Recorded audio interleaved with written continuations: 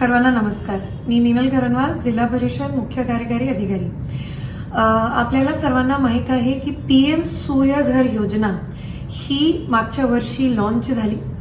याचात प्रत्येक घरकुलाला सौर बसवायचा आहे म्हणून राज्य शासनाचं मोठ्या प्रमाणावर काम चालू आहे. यात अनेक प्रकारचे लाभ दिले जातात आणि ही व्हिडिओ माहितीस्त्व आहे कारण की याबद्दल अनेकशे मतं खाली फिरत आहे.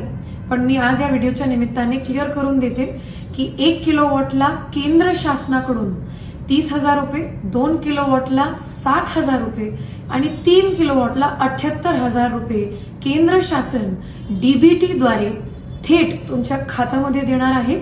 आणि राज्य शासन प्रधानमंत्री आवास योजना अंतर्गत 15,000 रुपये ह्याच योजनेकरिता थेट डीबीटीद्वारे प्रत्येक लाभार्थ्यांच्या अकाउंटमध्ये देणार आहेत. लाभ एवढंच की जर तुम्ही एकदा सोलर लावले तर नेट मीटरिंगमुळे तुमचं बिल, विजाचं बिल दर महिन्याला 130, 140, 150 म्हणजे जेवढी त्यांची ऍडमिनिस्ट्रेटिव्ह कॉस्ट असते तेवढंच येणार आहे.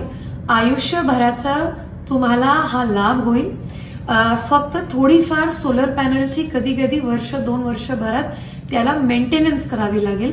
त्या व्यतिरिक्त कुठल्याही प्रकारची कॉस्ट किंवा वीज चोरी करणे किंवा वीज शिवाय राहणे हे सगळे विषय येणार नाही.